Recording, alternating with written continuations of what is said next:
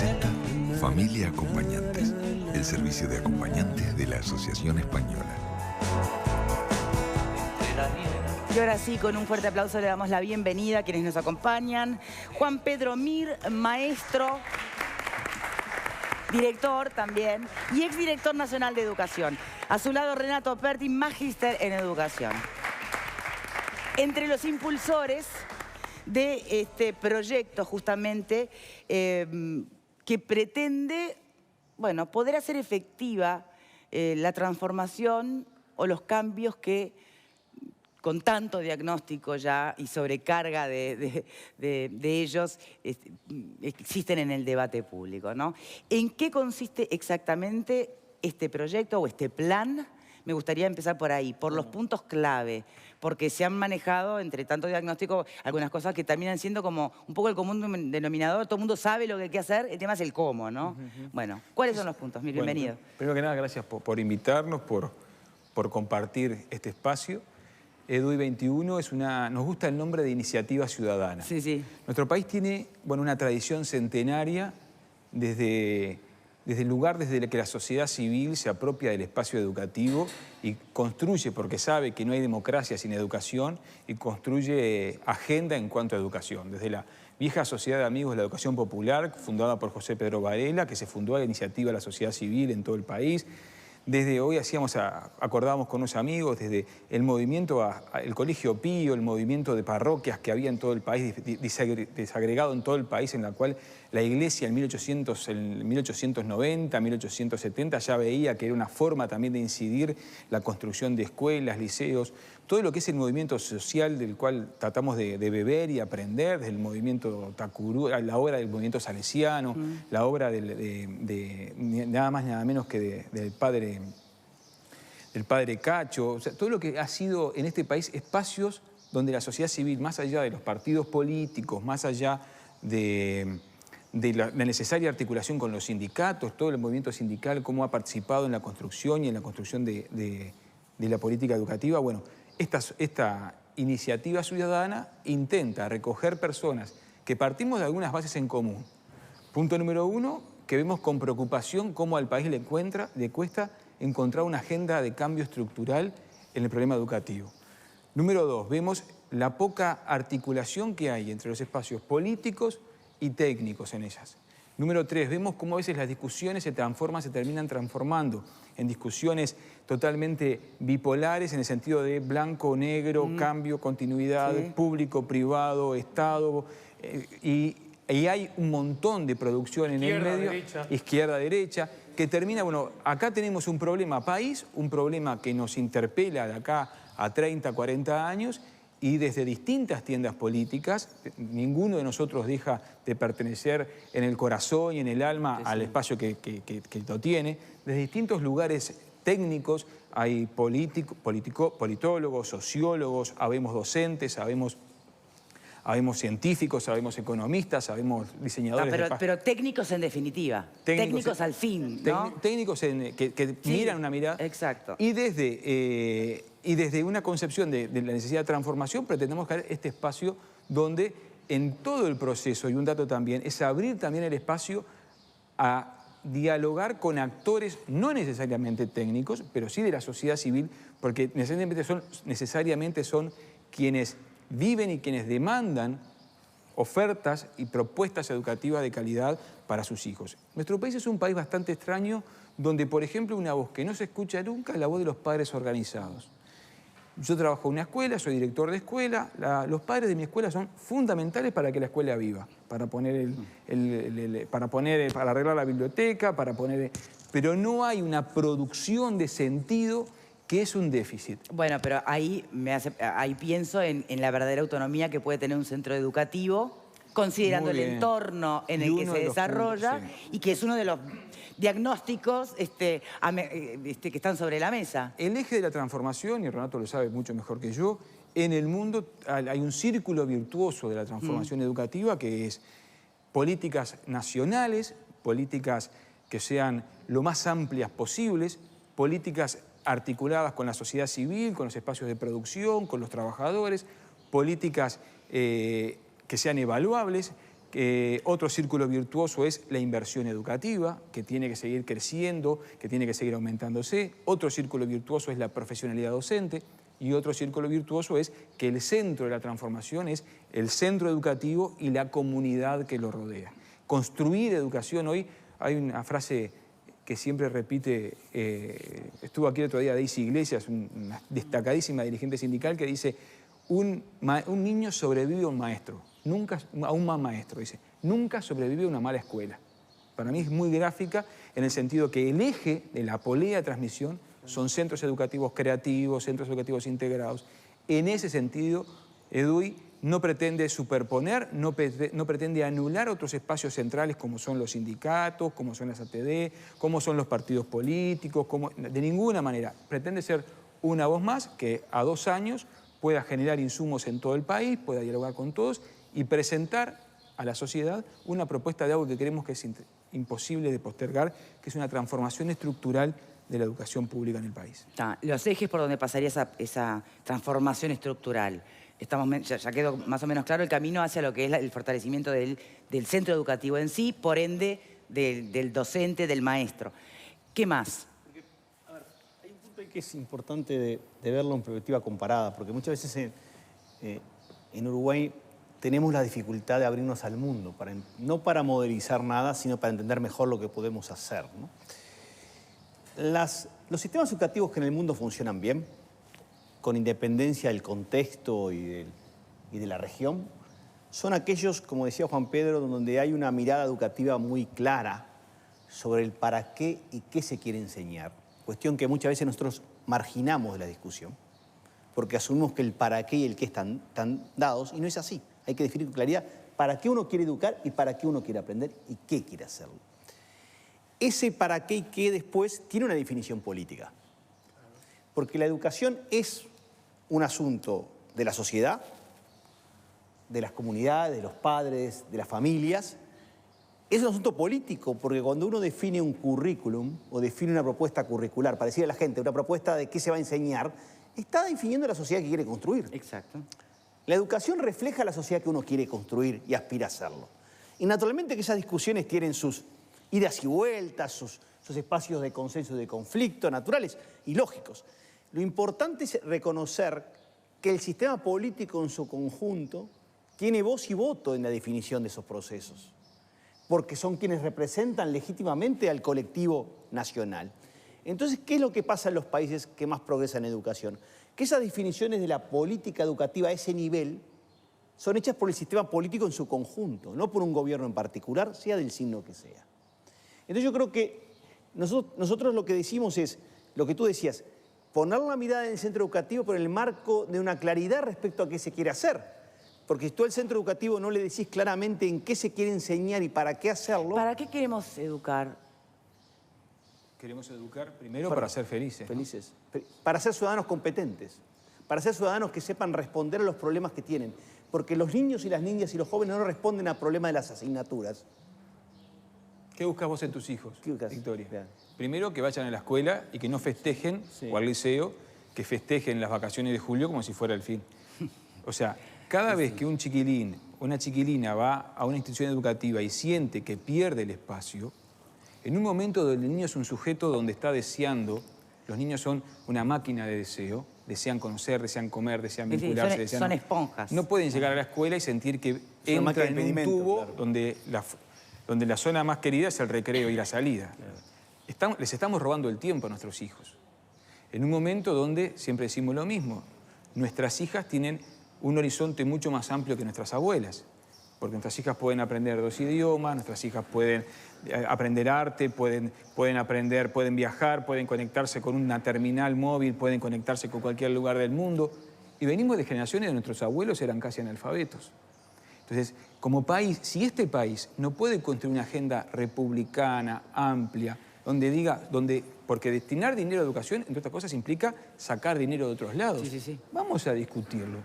Vamos a discutir. Es muy interesante, Victoria, una cosa que él plantea, esto de robar tiempo de alguna forma a los niños y a las familias, que cuando hablamos de la educación, y por eso me parece muy saludable este aporte en realidad, cuando hablamos de la educación generalmente hablamos de cuántos liceos hay, cuántas escuelas hay, cuántos de tiempo completo, cuántos niños hay. Y realmente pocas veces nos ponemos a reflexionar qué es lo que pasa dentro del aula, qué es lo que los gurises Cuando aprenden, hay clase. Bueno, pero realmente a veces decimos, bueno, no es un tema tampoco menor. Lo que pasa es que... Pero el tema es decir, bueno, hay escuela de tiempo completo, le extiendo el horario, perfecto, pero en ese horario que yo extiendo, ¿simplemente deposito al niño más horas o hay un proyecto educativo que hace necesario que haya más horas, ¿no? Y creo que eso es algo central. Nosotros invertimos el punto de partida de la educación. El punto de partida de la educación es hacer que los niños sean felices, que aprendan de una manera amigable, que aprendan interactuando con los otros, y convertimos a los instrumentos como la infraestructura, el tiempo completo, esto... Como los parámetros, claro, o como los parámetros que miden los resultados. Para darte un ejemplo, estuvo hace muy poquito acá en Uruguay la directora de Educación de Finlandia, y le preguntaron, ¿por qué ustedes quieren cambiar la propuesta curricular y pedagógica cuando les va tan bien? Porque hemos visto que los niños no son felices. Claro, brillante. Entonces, ¿por qué? Porque Juan Pedro, que es un director que está todos los días en el mundo real, lo sabe mucho mejor que uno, es que los niños necesitan expresar sus emociones, sus vivencias, sus sentidos. Y la educación tiene que dar eso, porque lo que hoy reconoce la neurociencia, que tanto se habla, es la naturaleza emocional de todo lo que uno aprende, que juega tanto para el alumno como para el docente. Y eso lo dejamos de lado, es como que la educación fuera solamente sentarse en un aula y recibir conocimientos. Cuando hoy el joven lo que hace no es recibir conocimientos, el joven produce conocimiento, porque cambia radicalmente la manera de enseñar y aprender. Exacto, y cambiar el rol pasivo del estudiante, de estar sentado y recibir como un depósito de la información, sino poder ser activo y fomentar, como vos decías, ciudadanos que participan activamente de su propia educación. Eso es central. Si me permitís, para mí, de tirar una que es la que me preocupa siempre, porque es el momento. Tengo la sensación, por otro lado, de que cuando hacemos tanto énfasis en el bienestar del niño en la escuela, corremos el riesgo de bajar el rigor académico, la exigencia académica, que es un fenómeno que nos pasa a los que somos docentes de universidad y recibimos alumnos de cuarto año de una carrera que tienen falta de ortografía. O sea, ¿esto va en desmedro del rigor académico, de la exigencia? Ese es mi gran temor. Yo creo que el gran desafío hoy al que enfrentan con éxito, a veces mejor, miles de maestras y miles de profesores, ¿no? Es combinar la seriedad del trabajo con el no vacío. Lo que hoy no puede ser es que un muchacho vaya y se le haga repetir las faltas como cuando aprendimos nosotros, porque hay muchas estrategias diferentes para enseñar, eso sí, gramática y ortografía. Pero lo que yo estoy de acuerdo contigo, no puede ser que un niño después de 8 años de escolaridad, porque entró supuestamente en 4 años y sale en sexto, no pueda distinguir la función del... Yo siempre digo lo mismo, perdón que me repita, pero no pueda distinguir el punto y aparte y el punto y seguido. Exacto. Si hicimos eso, le robamos 8 años de escolaridad. Si después de 8 años un niño no sabe distinguir o hallar una regla de 3, estamos en real problema. Lo que pasa es que la sensibilidad pedagógica de la maestra, del maestro, del profesor, debe avanzar hacia eso. Lo que no puede hacer el profesor es llenar, y no lo hace, es llenar de cuentas un pizarrón para que...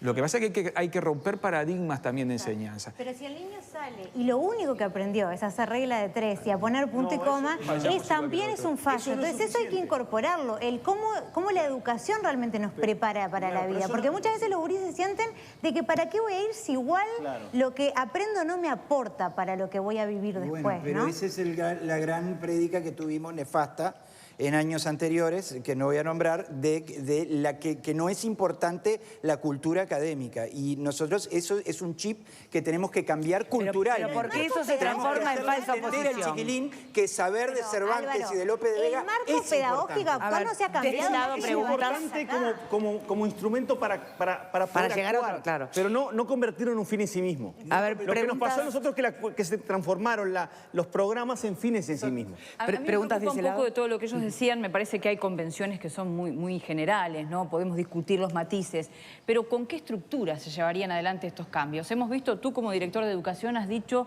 que son microscópicos los cambios que un director de educación puede hacer. Imagino que son, bueno, relativos los cambios que un ministro de Educación y Cultura puede hacer. ¿Habría que cambiar la estructura de los desconcentrados? ¿Cómo se aplica esto? Estoy bastante de acuerdo al respecto, incluso por documentos emanados de la propia dirección educativa, los documentos del INED, de Pedro Ravel, ahora de Palamidés, los directores técnicos que llevan adelante estudios muy serios. Hay un acuerdo general que en lo que hay en Uruguay es una gran fragmentación de las políticas educativas. Hasta que no logremos encontrar que la autonomía técnica de los docentes, el contrapeso, el complemento, es la articulación de claras políticas nacionales al respecto, mientras no logremos, realmente estamos en un vacío. Entonces, hoy decía Renato, yo celebro que en este momento se estén aprobando construir más jardines.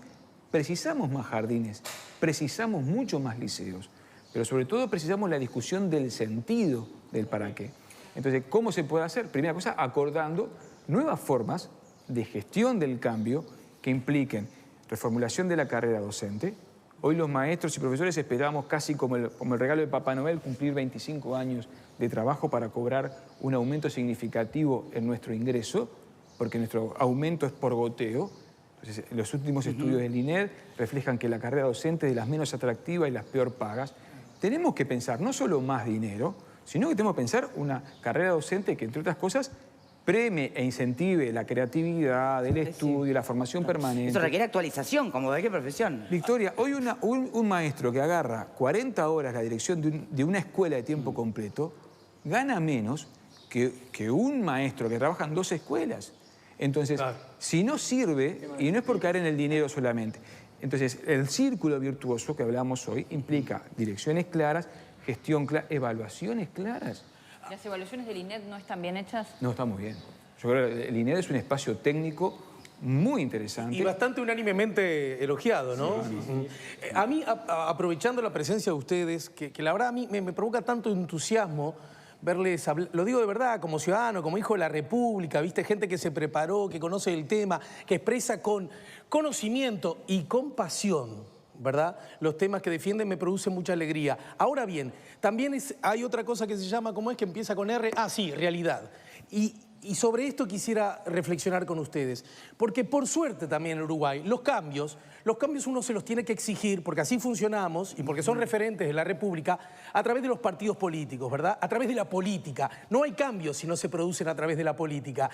Hay algo que ustedes dijeron, que a mí me parece que es como la madre de todas las batallas conceptuales, y se insiste muchas veces en que hay unanimidad acerca de que el gran problema del Uruguay es la educación. Es probable que eso sea cierto. Lo que yo no estoy tan seguro es si todos estamos diciendo lo mismo cuando hablamos de cuáles son los problemas.